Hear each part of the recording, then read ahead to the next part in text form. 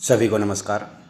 आज हम कर रहे हैं टेस्ट नंबर 10 है, जो हमारी आरबीएससी कक्षा 6 क्लास के टॉपिक हैं। और ये टॉपिक इतने महत्वपूर्ण हैं, इन क्वेश्चनों को आप अपनी नोटबुक में 101% लिख लेना। अपनी नोटबुक में ये क्वेश्चनों को लिख लेना, ये आपके नोट्स तैयार हो जाएंगे और इनमें से बहुत क्वेश्चन आएंगे। 6 क्लास में से बहुत क्वेश्चन आए भी थे, जैसे गुप्त काल के क्वेश्चन हूबहू आए।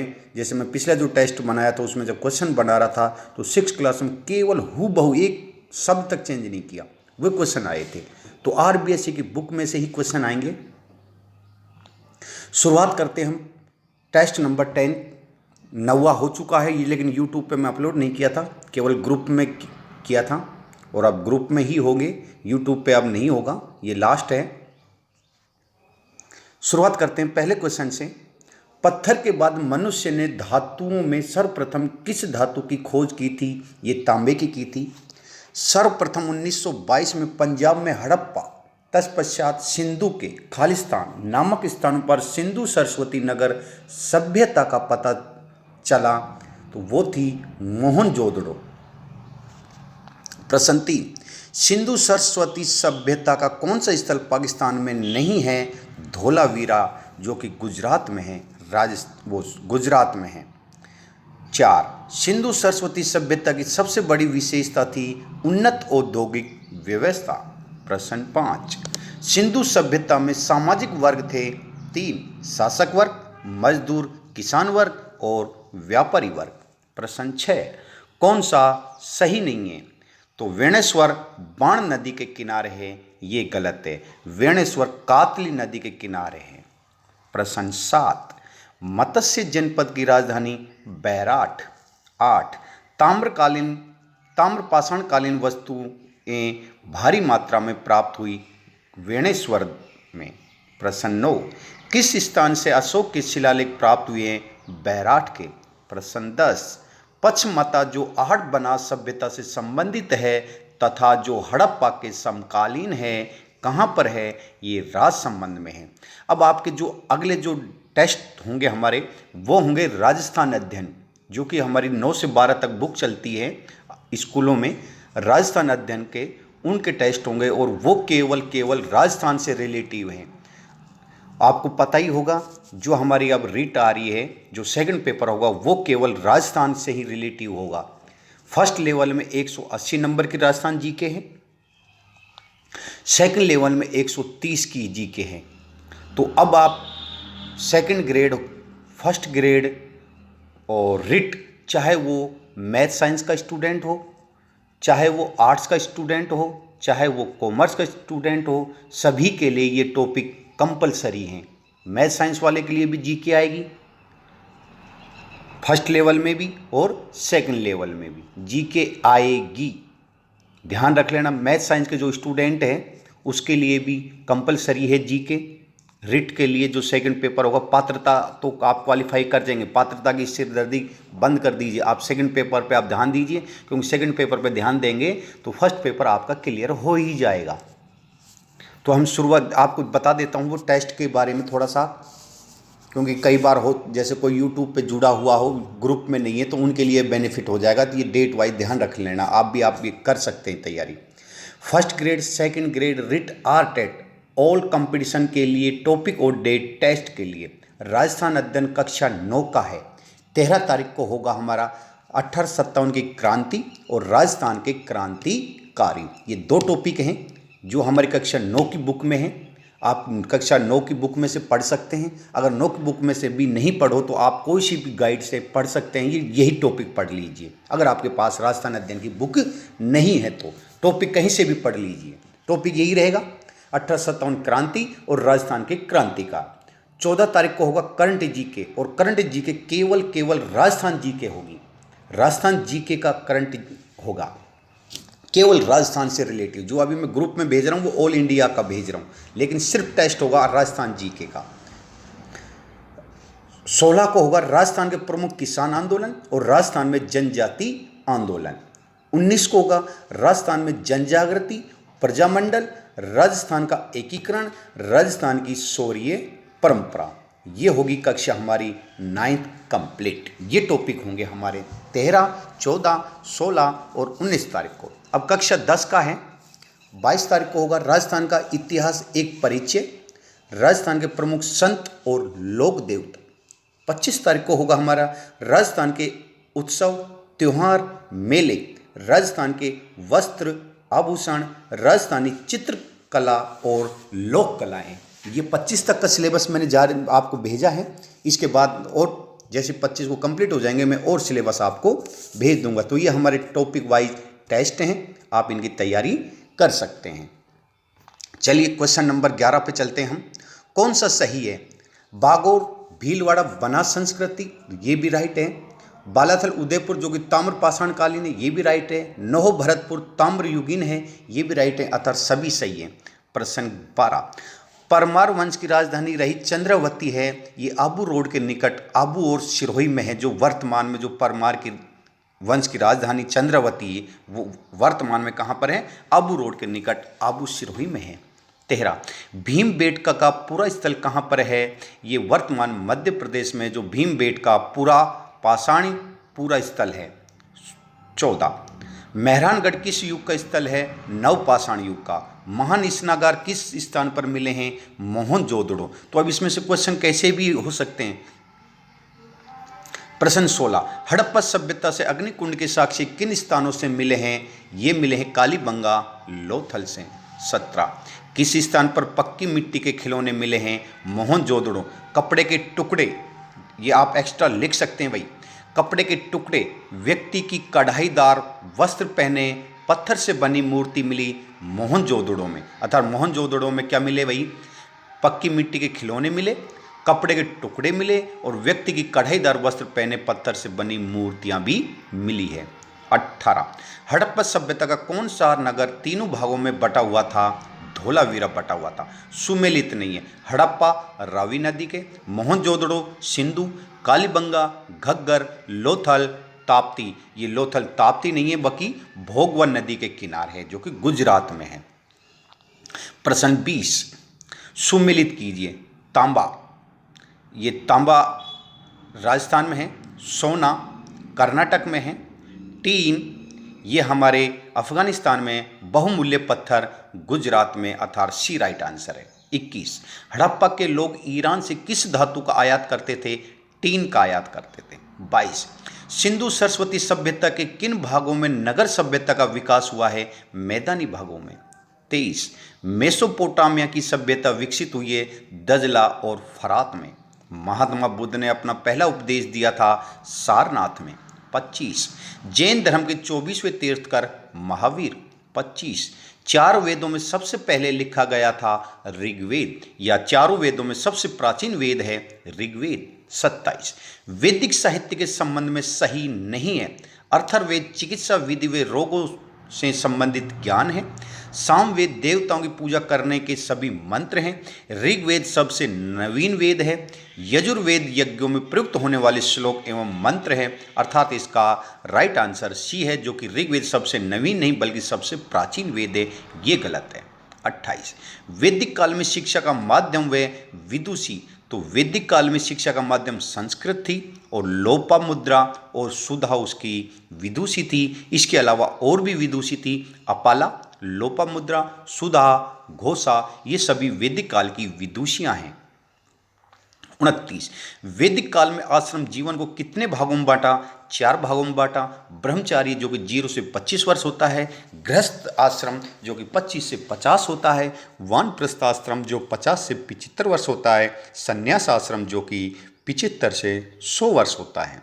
प्रश्न 30, ऋग्वेद में गंगा यमुना नदी का उल्लेख मिलता है एक बार। वैदिक काल में संस्कार थे 16 संस्कार बताए गए हैं। 32, 16 महाजनपद की जानकारी हमें अंगुत्तर निकाय में मिलती है। 33, कौन सा कथन सही नहीं है? अंग, चंपा, मगध, पाटलिपुत्र ये उसकी राजधानी है। काशी, श्रावस्ती, वजी, विशाली, जो कि काशी श्रावस्ती नहीं है, काशी की वाराणसी है। और श्रावस्ती किसकी है? कौशल की राजधानी थी। तो काशी की राजधानी वाराणसी है, नहीं कि श्रावस्ती। तो ये गलत है। 34, सत्य है।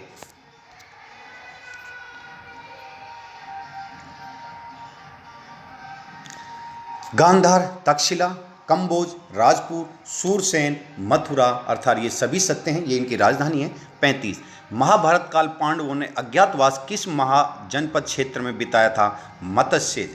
36 महाजनपदों में न्याय का सर्वोच्च अधिकारी होता था राजा। 37 किस महाजनपदों में गणतंत्र व्यवस्था थी? पांचाल में, कंबोज में, वजी अर्थात सभी। 38 महावीर ने अपने उपदेश किस भाषा में दिए थे? प्राकृत भाषा में दिए थे। वर्तमान लोकसभा के समान कौन सी संस्था होती थी? परिषद। मौर्य काल का समय था 4वीं शताब्दी ईसा पूर्व से 2री शताब्दी ईसा पूर्व तक। 41 मौर्य काल साम्राज्य की स्थापना से पूर्व मगध पर शासन था नंद वंश का। चंद्रगुप्त मौर्य घनानंद को हराकर शासक बना 322 ईसा पूर्व में। 43 सेल्यूकस ने चंद्रगुप्त के दरबार में भेजा मेगस्थनीज को। 44 इंडिका लिखी मेगस्थनीज ने।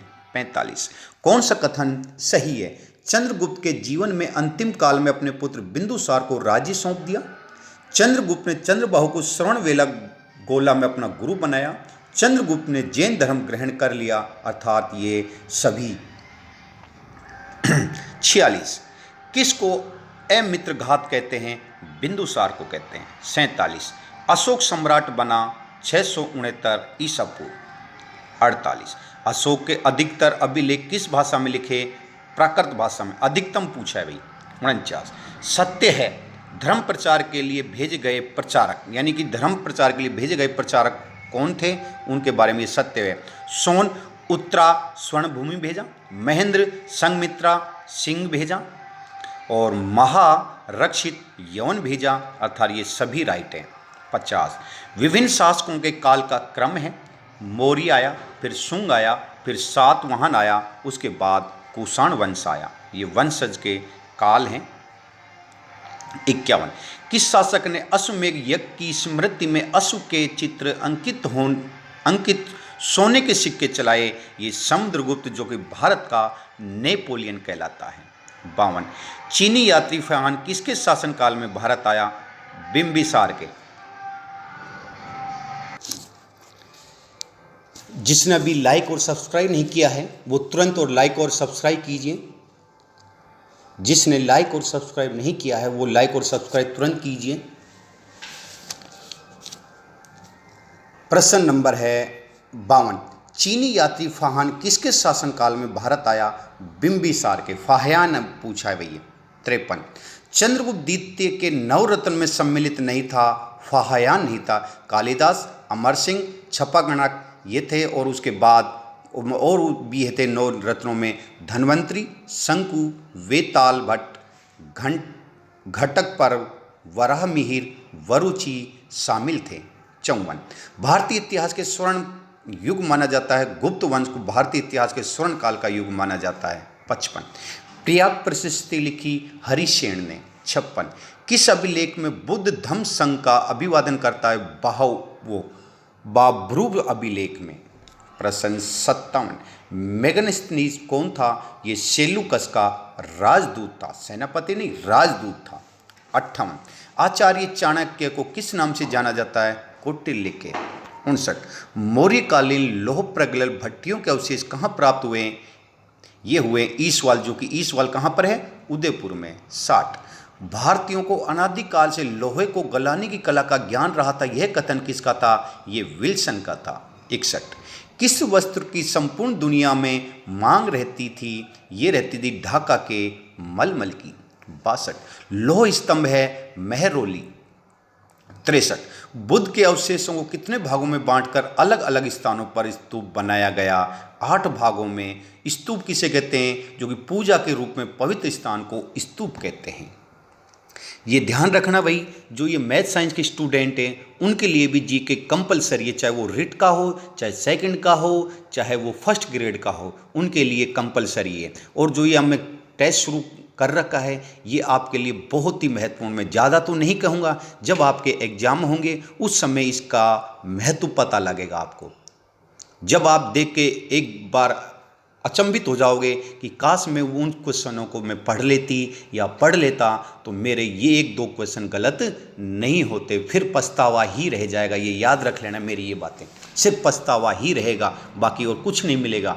तो आप कंटिन्यू जुड़े रहिए। और एक और बता दूं मैं आपको, जैसे मैं पे ग्रुप शुरू कर रखा है, तो जो मेरे पुराने स्टूडेंट हैं उनकी अभी तक फीस जमा भी नहीं है, और जो नए स्टूडेंट वो पढ़ाई में इंटरेस्टिंग है, पुराने भी जो पढ़ाई में इंटरेस्टिंग है, एक बार कहने पर ही उनकी तुरंत फीस जमा आ गई है, तुरंत फीस जमा हो चुकी है उनकी। और फीस भी ज़्यादा नहीं है, ना मात्र की फीस है। वो फीस मैंने इसलिए लागू की है ताकि लोगों को लगे कि मैं फीस जमा कर रही हूँ या कर रहा हूँ, तो इस बहाने वो पढ़ाई करेंगे, क्योंकि फ्री का कोई महत्व भी नहीं है। इतिहास में भी इसका साक्ष्य है कि जो फ्री में पढ़ाई सफलता नहीं मिली, ज्ञान प्राप्त कर लेते हैं लेकिन समय पर वो भूल जाते हैं। मेरे जो ग्रुप में टॉप स्टूडेंट है, उनकी एक भी ऐसा स्टूडेंट नहीं है जिसकी फीस जमा नहीं है। टॉप स्टूडेंट है मेरे, क्योंकि वो पढ़ाई से रिलेटिव हैं, वो सिर्फ पढ़ने पे अपना फोकस करते हैं।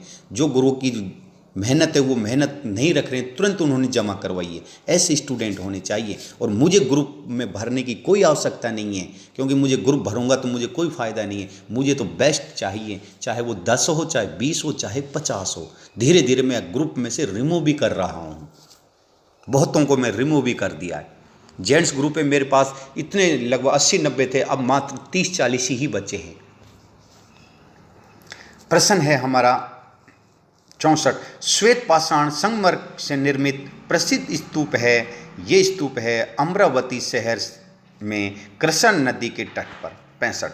सारनाथ अशोक स्तंभ पर किसकी आकृति नहीं है? हिरण की नहीं है, शेर की है। यानी बैल की है, घोड़ा की है, हाथी की है और शेर की है। प्रश्न 66। किस काल में सर्वप्रथम बुद्ध की मानव रूप में मूर्तियाँ बनी जो भारतीय कला को उस युग की सर्वोत्तम देन है? ये कुषाण काल की है। 67। कौन सा सही है? सभी सही है। वाल्मीकि रामायण की रचना की थी, वेद व्यास ने महाभारत लिखा था, भरत ने नाट्य शास्त्र लिखा था। 68। कौन सा सही नहीं है?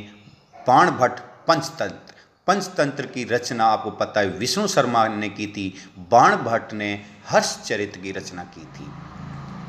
69। सुमेलित है। सांची का स्तूप मध्य प्रदेश। अजंता गुफा औरंगाबाद। राष्ट्रीय मतदाता दिवस 25 जनवरी को, अर्थात सभी राइट है।